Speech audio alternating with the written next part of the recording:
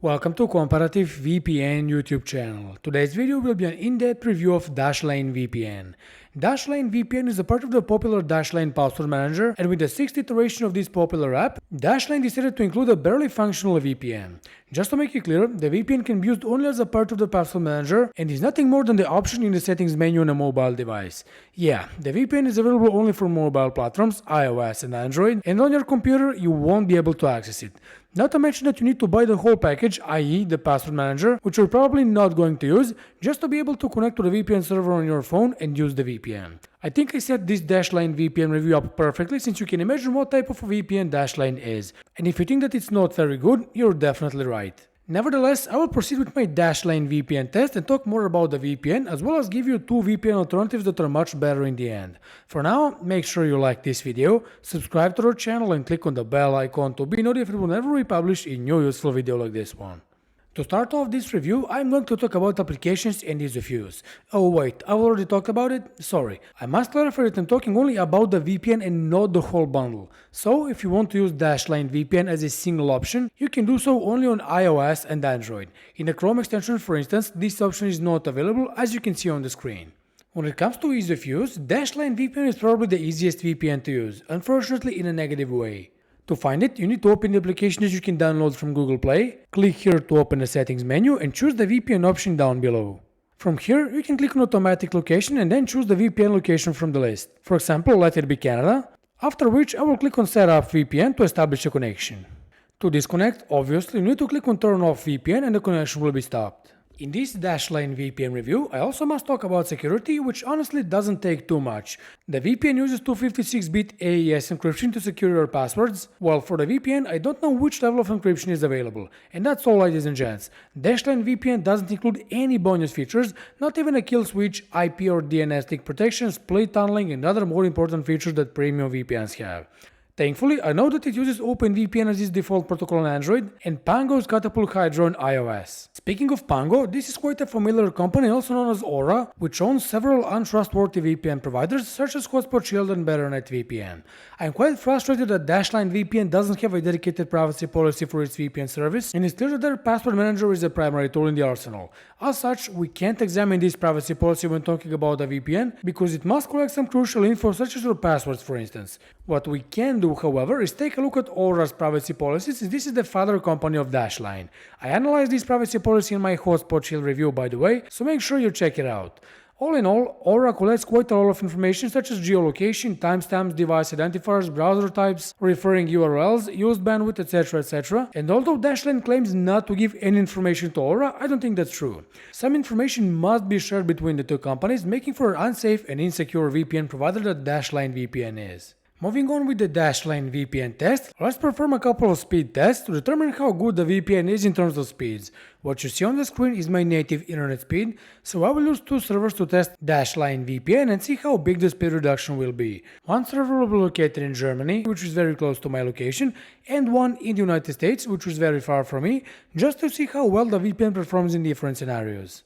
As you can see, I'm already connected to the VPN server in Germany. So if I revisit the speed test website and initiate the speed test, I get the results you see on the screen. For this short distance server, I could say the results are not terrible, but beware that we're talking about mobile internet, which isn't quicker than the internet on your computer. Now I'm connected to the server in the United States, so once again when I revisit the speed test website and initiate the speed test, I get the results you see on the screen.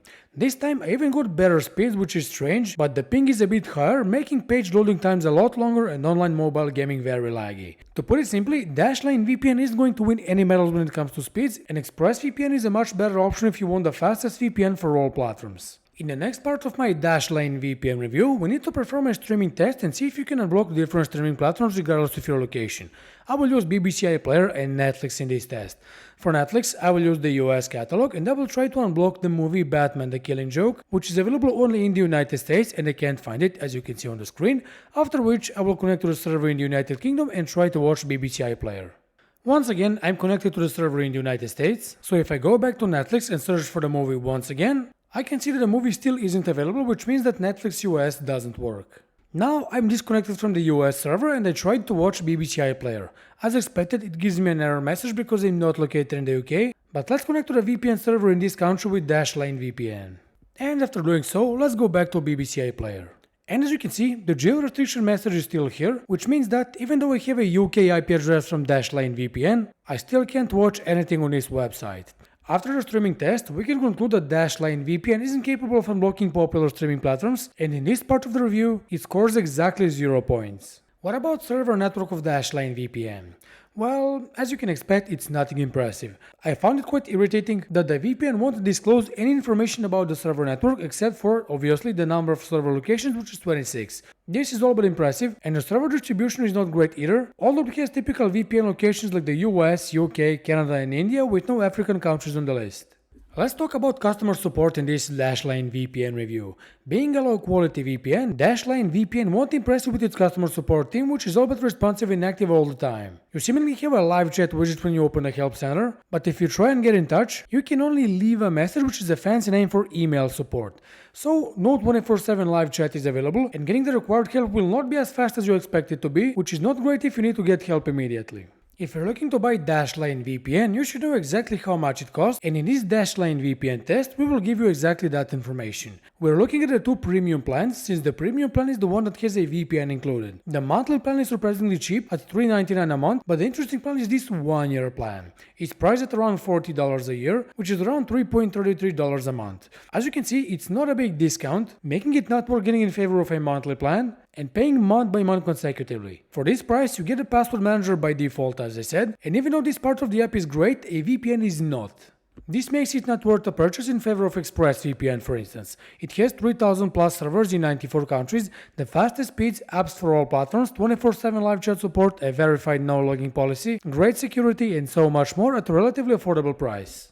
Furthermore, there's CyberGhost, a VPN cheaper than Dashlane VPN, giving you 7000 servers in 90 countries, solid speeds, dedicated streaming in P2P servers, applications for all devices, a no-logs policy, strong security, and other tidbits that premium VPNs offer. You can get both of these VPNs by using the links in the description below the video and get special discounts for their long-term plans. Let's conclude this Dashlane VPN test and review.